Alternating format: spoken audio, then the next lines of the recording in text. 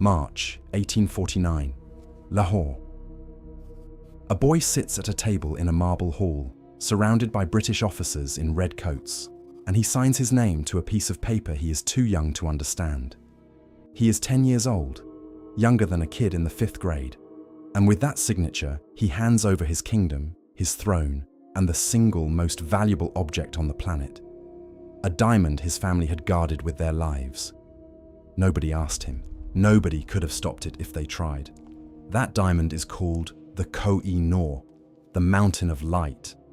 Right now, it sits behind bulletproof glass in London, and millions of people file past it every year to take a picture.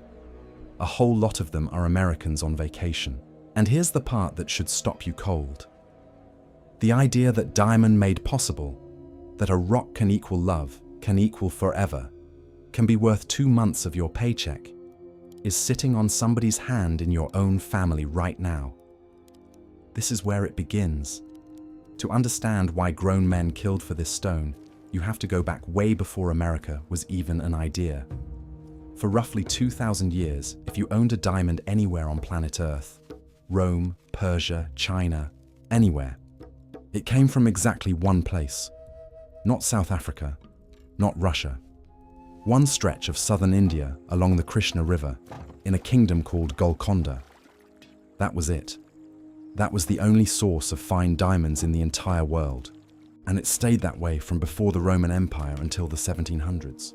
Think about how insane that is. Every legendary diamond you've ever heard of, the Hope Diamond, the Regent, the Koh-i-Noor, they all crawled out of the same few muddy pits in one corner of India, thousands of years before the Declaration of Independence was ever written. And the work that pulled them out of the ground was brutal. At the peak, a single mine near a village called Koh-i-Noor had something like 30,000 people working it at one time. More people than live in a lot of American county seats today. They dug through gravel and clay in punishing heat, hauling baskets, sifting riverbed by hand under a sun that could flatten you, hoping that one glint in 10,000 handfuls would change their master's fortune. Not their fortune, their master's. The diggers got almost nothing. There's an old legend that the diamonds sat at the bottom of a pit, so deep and so guarded by snakes that miners threw chunks of raw meat down onto the stones, waited for vultures to snatch the meat, and then chased the birds to collect the diamonds stuck to the flesh.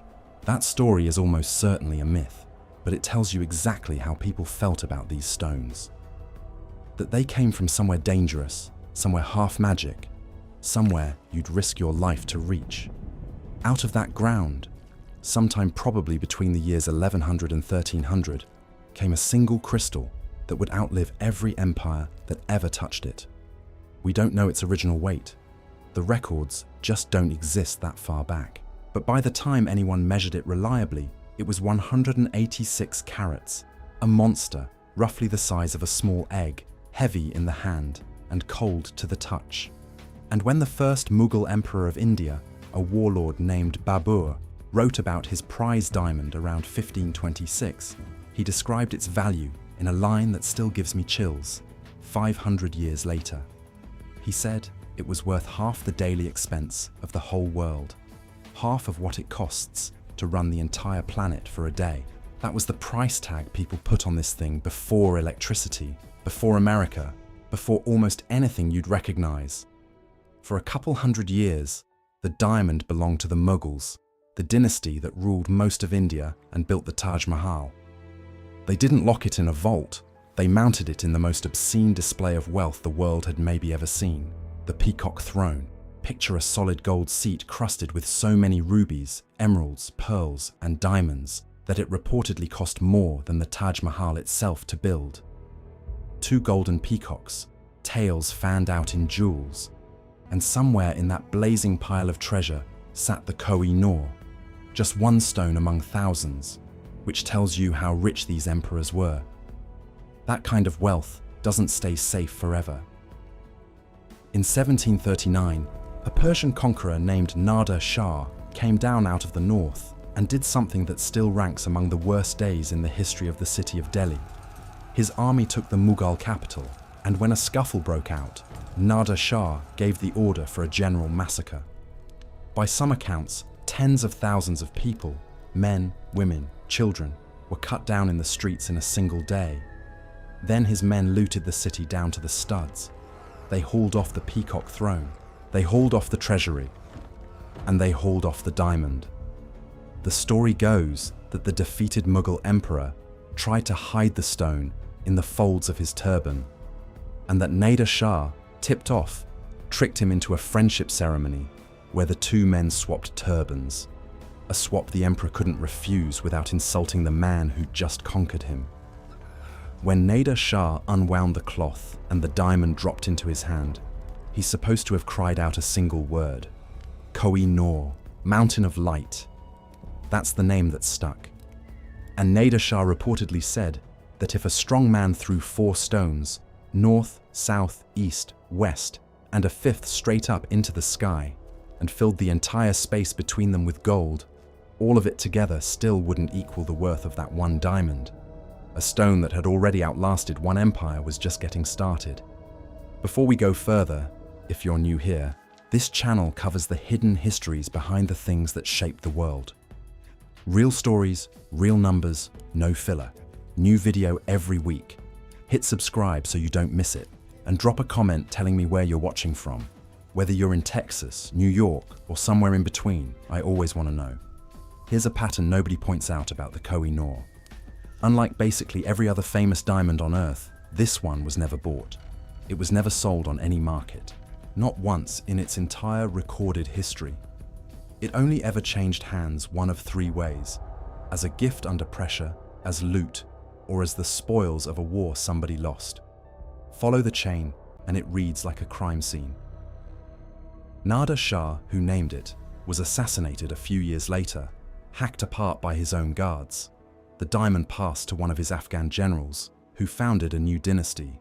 It rattled through Afghan hands for decades, and every transfer seemed to come with a knife. One deposed Afghan ruler, a man named Shah Shuja, ended up a fugitive and a prisoner, and when his captors demanded the stone, the stories say he was tortured to give it up, including having crushed stone or hot substances used on him until he broke.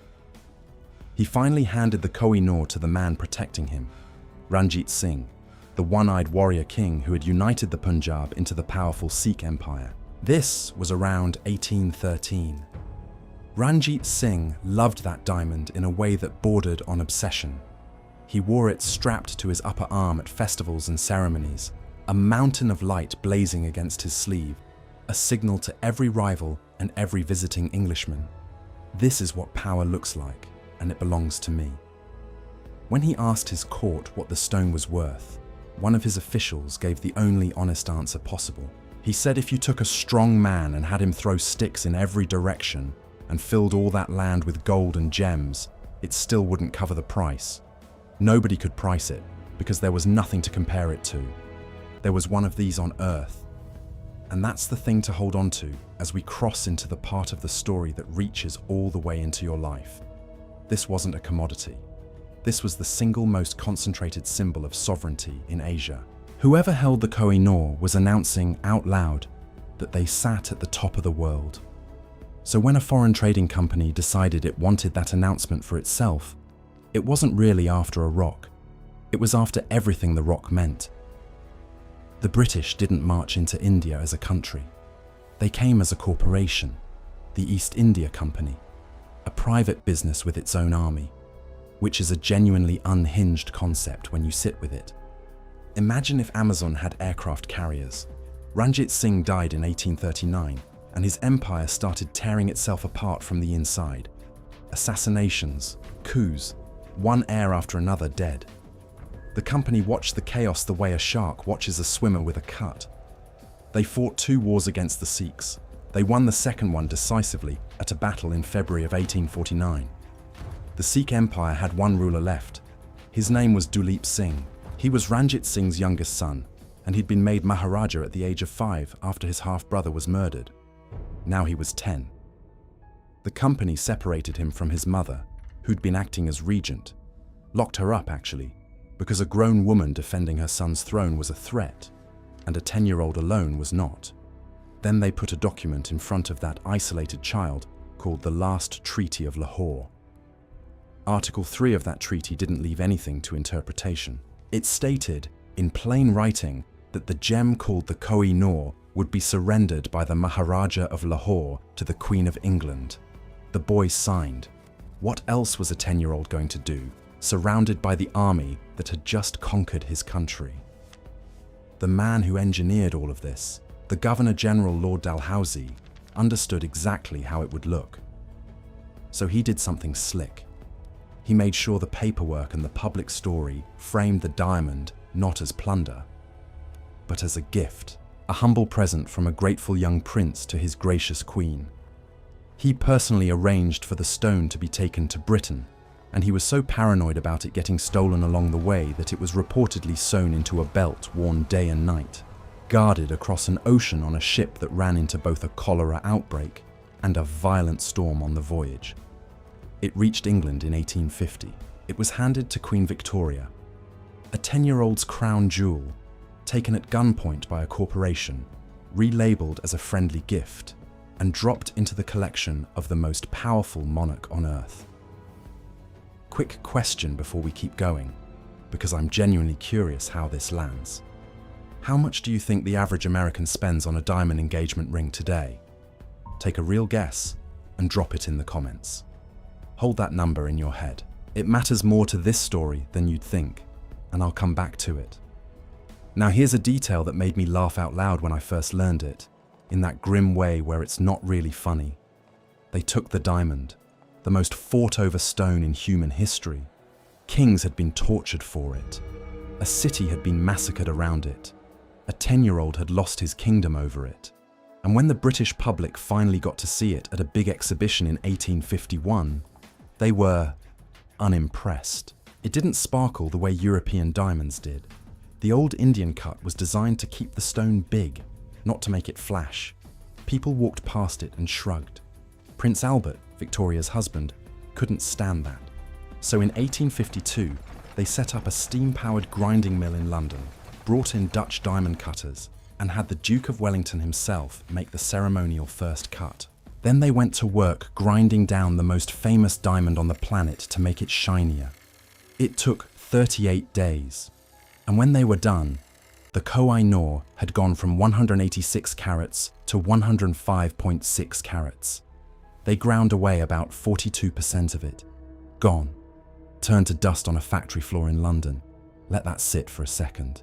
Imagine buying the single most historic house in Dallas, the one people travel across the country to see, and bulldozing nearly half of it because you thought the front porch looked dull. That's what they did to a stone that had survived 800 years and a dozen empires. Even Prince Albert was reportedly disappointed with how much smaller it came out. The gamble to make it better permanently erased almost half of the most irreplaceable object they'd ever gotten their hands on. And the reason all of this matters to you sitting in America, that connection is about to snap into place. For most of human history, a diamond was a thing for emperors. Regular people never touched one, never saw one. The Koh-i-Noor was the ultimate version of that idea. A stone so far above ordinary life, it was basically a myth with a price tag. That should have stayed a European aristocrat's problem. Instead, it became the American dream's problem. Here's how. By the 1930s, a South African company called De Beers controlled almost the entire world's supply of diamonds, somewhere around 80 to 90% of it. They had all these stones and one enormous issue. Regular people had no reason to buy them. In 1939, only about 1 in 10 American brides got a diamond engagement ring. Diamonds weren't romantic, they were just expensive rocks. So De Beers hired an American advertising agency in Philadelphia called N.W. Ayer, and they gave that agency a mission that is honestly kind of chilling when you say it out loud. Convince ordinary Americans to spend a huge chunk of money on something they'd never wanted and didn't need.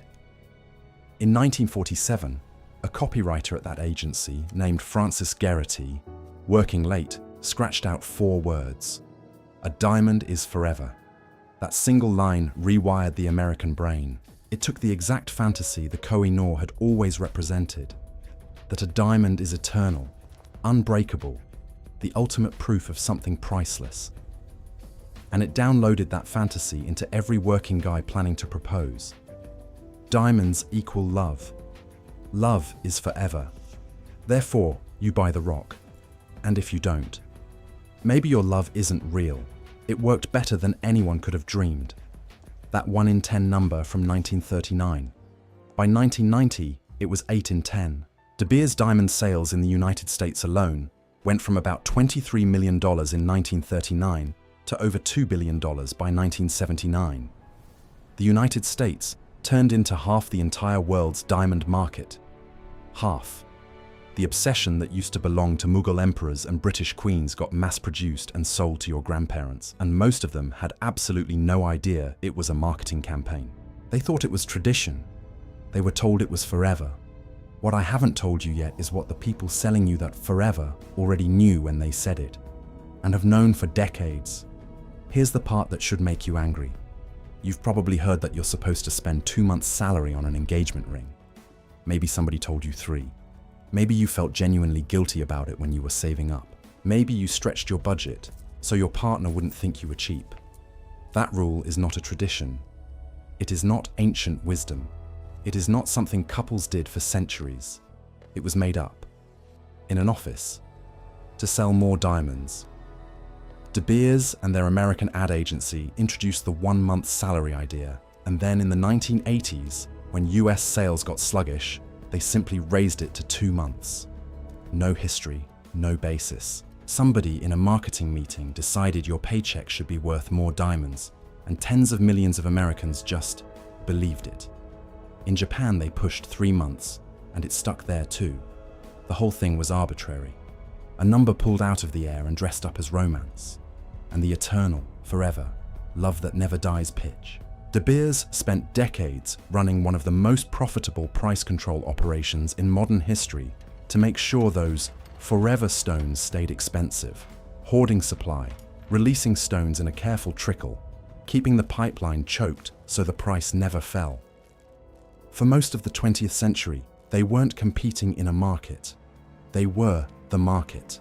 This is not conspiracy stuff. This is on the record, in an American courtroom.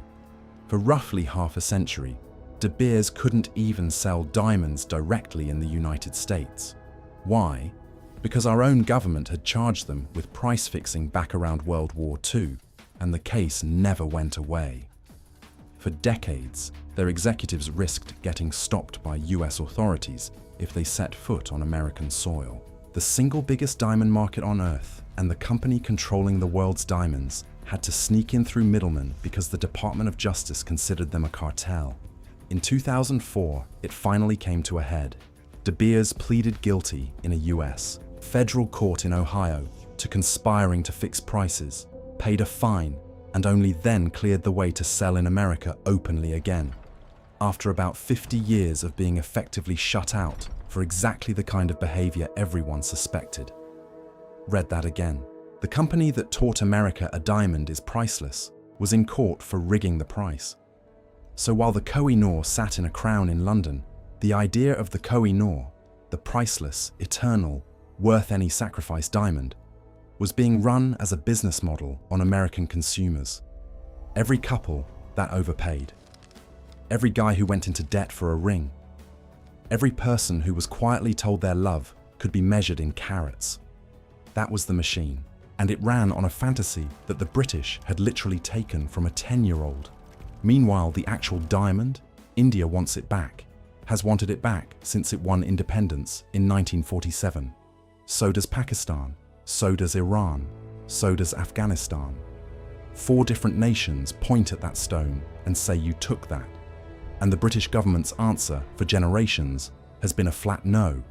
One former Prime Minister basically said, if they gave back the Koh-i-Noor, they'd have to empty the British Museum, which, if you think about it, is not the airtight defense he thought it was. De Beers knew, the British Crown knew, and they kept going for decades, while the rest of us paid the price, some of us in cash, and some of us halfway around the world, in a whole lot more than that. Fast forward to May of 2023. The coronation of King Charles III. the whole world watching. For centuries, there was a tradition. The queen consort gets crowned wearing the crown that holds the Koh-i-Noor. That's what the diamond was for at that point. The crowning jewel, literally, of the British monarchy. Camilla didn't wear it. For the first time in generations, the queen consort was crowned without the mountain of light anywhere near her head. The palace called it a decision made in the interest of sustainability and efficiency, which is the kind of phrase you reach for when you cannot say the real reason out loud. The real reason was that the Indian government had raised the issue after Queen Elizabeth's death. Millions of people consider that diamond stolen property, and the monarchy calculated it was safer to quietly leave it in a display case than to put a symbol of colonial plunder on live television in front of the planet. Think about the weight of that. The most powerful royal institution on earth looked at a single diamond and decided it was too dangerous to wear. Not too dull, not too small, too guilty. That's where the Koh-i-Noor sits today. In the Tower of London behind glass, in a crown nobody dares put on. A stone so contested that owning it has become almost as heavy as it once was to lose it. So let's bring it home. Because the Koh-i-Noor is 105 carats of unreachable history behind bulletproof glass in another country. But its ghost is everywhere in your life, and I mean everywhere. Walk into any Kay, any Zales, any Jared, any Costco jewelry counter this weekend. Look at the case. Those little stones spinning under the display lights, each one with a tag, each one sold with the promise of forever. The average American engagement ring now runs somewhere north of $5,000, closer to $7,000 for a natural diamond, and plenty of couples spend far more. That's real money. That's a used car. That's months of somebody's life. And here's what almost nobody buying one realizes. The entire emotional machine behind that purchase, the belief that a diamond means love, that it lasts forever, that skipping it would be an insult, was engineered. It was pulled straight from the mystique of stones exactly like the Koh-i-Noor, and then mass-produced by an American ad agency and a South African cartel. The Emperor's fantasy, retailed to you at the mall. The Koh-i-Noor is priceless. Estimates for it, on the rare occasions anyone tries, run from $140 million to numbers in the billions. It has never been sold because it can't be. But the idea of it, that's been sold to you your whole life, on birthdays and anniversaries and one knee on a restaurant floor. Slow down with me for a second here, because this is the part that actually matters. The Koh-i-Noor's whole story is one long lesson about who gets to decide what things are worth. A diamond is a rock. Beautiful, rare, but a rock. It has no more inherent value than the promise people agree to hang on it. The Mughals decided it was worth half the daily cost of the world. Nader Shah decided it was worth a massacre.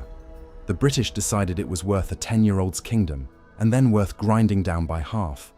And a company in South Africa, with an agency in Philadelphia, decided it was worth 2 months of your salary, and got 100 million Americans to agree without a single one of them being in the room where that number was chosen. That's the trick. Not the diamond, the deciding. How many things in your life right now carry a price, a rule, that's just how it's done, that somebody invented in a boardroom you never got to vote in? Sit with that one. I'm not going to answer it for you. And then, before you go, do me a favor. Have you ever bought a diamond? Or had someone buy one for you and just accepted the price as the way things are? Drop it in the comments. I read every single one, and I want to hear how this hit you. If this is the kind of story you want more of, the real history behind the things that quietly run your life, subscribe. It's free, and it's the only way the channel keeps going. Hit the like button while you're at it.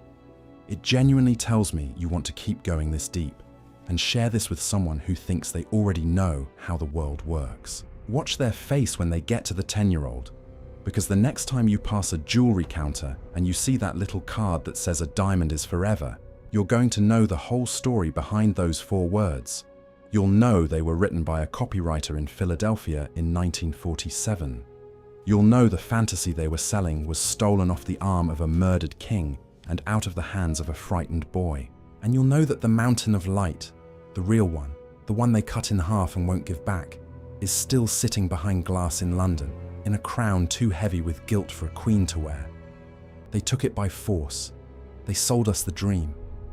And we're still paying for it. We just never got a receipt.